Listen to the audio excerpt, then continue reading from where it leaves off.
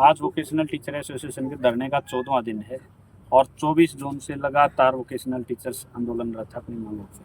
तो क्या क्या मेन मुख्य मांगे हैं जो सरकार नहीं मान रही है, अभी जो आप चाहते हैं पूरी हो? हमारी 4 मुख्य मांगे हैं जिनको लेकर के वोकेशनल टीचर एसोसिएशन ने ये आंदोलन शुरू किया है, जिसमें सबसे पहली हमारी परिषद के अंदर हरियाणा स्कूल शिक्षा परियोजना परिषद के अंदर डिप्लॉयमेंट की बात है और समान काम समान वेतन है। मैं आपको वेतन के लिए बता देता हूँ कि हरियाणा के सरकारी स्कूलों में 2 तरह के वोकेशनल टीचर कार्यरत हैं, जिनमें से एक वोकेशनल टीचर्स को 57,400 रुपये मिल रहे हैं और दूसरे वोकेशनल टीचर्स को 33,550 रुपये मिल रहे हैं, जबकि दोनों एक ही प्रोजेक्ट में एक ही योग्यता पर एक ही पद पर कार्यरत हैं और दोनों ही कॉन्ट्रेक्चुअल कर्मचारी कच्चे कर्मचारी हैं और दोनों के वेतनमान में लगभग 23,900 रुपये का डिफरेंस है, जो कि बहुत ज़्यादा गलत है। इसके लिए सरकार भी इस चीज़ पर ये कह रही बहुत ज़्यादा गलत है। ये हमारे अधिकारी भी इस बात पर सहमत है कि अन्याय हो रहा है।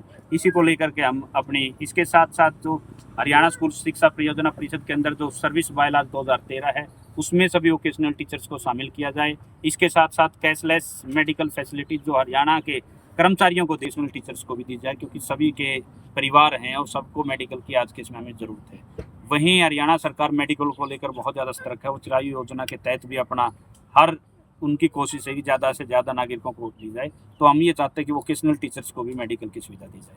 और वहीं हमारी जॉब सिक्योरिटी और नियमितता को लेकर के भी हमारी ये आंदोलन 24 जून से हमने शुरू किया था। आपने पहले भी आंदोलन किया था जब मनोहर लाल जी मुख्यमंत्री होते थे, जूस पिया के आपका आंदोलन भी तुड़वाया गया था, तो मांगे अभी तक नहीं मानी गई? नहीं, उसी समय पर जो वोकेशनल टीचर्स की जो सैलरी में भी डिफरेंस था और आज कहीं ना कहीं उससे बहुत ज़्यादा वो डिफरेंस बढ़ गया है। उस समय 48,000 का और 33,000 रुपये का जो आज वही कहीं ना कहीं जाकर के 57,000 रुपये पहुँच गए हैं। हम 30,000 से 33,000 रुपये पहुँचे हैं।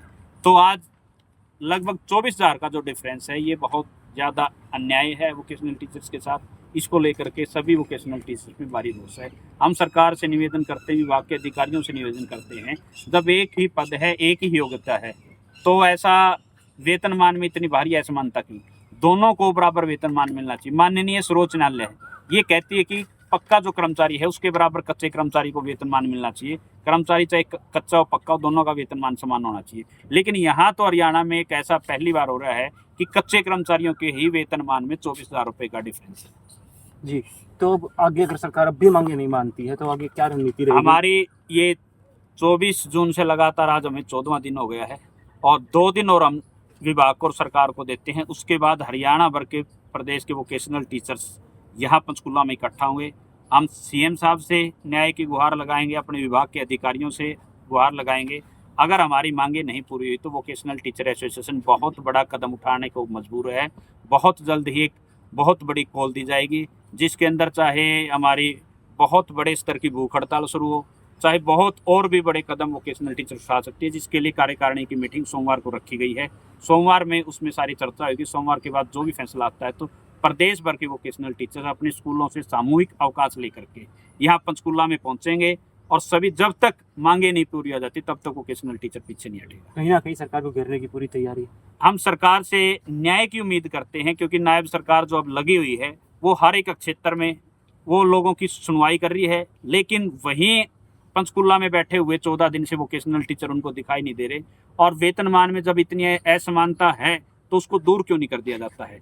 3 बार हमारी मीटिंग हो चुकी है विभाग के साथ, लेकिन कहीं न कहीं अभी तक भी किसी भी मांग पर पूर्ण रूप से सहमति नहीं बन पाई है, चाहे वेतनमान की हो, चाहे डिप्लॉयमेंट की हो, चाहे सर्विस बायलॉज की या मेडिकल की।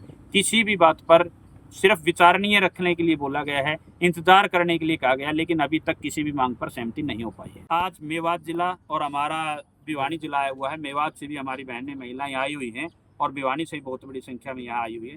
हर रोज 2-3 जिले आते हैं और वो इसी प्रकार से रोष प्रदर्शन कर रहे हैं, चाहे वो झाड़ू लगाते हैं, चाहे वो जूते पॉलिश करते हैं, अलग अलग तरह के रोष प्रदर्शन यहाँ किए जाते हैं। और जब तक ये कॉल जारी रहेगी तब तक हमारी मांगे पूरी नहीं हो जाती और जल्द ही बहुत बड़ा आंदोलन करके वोकेशनल टीचर्स अपनी मांगों की गुहार माननीय मुख्यमंत्री जी तक लगाएंगे।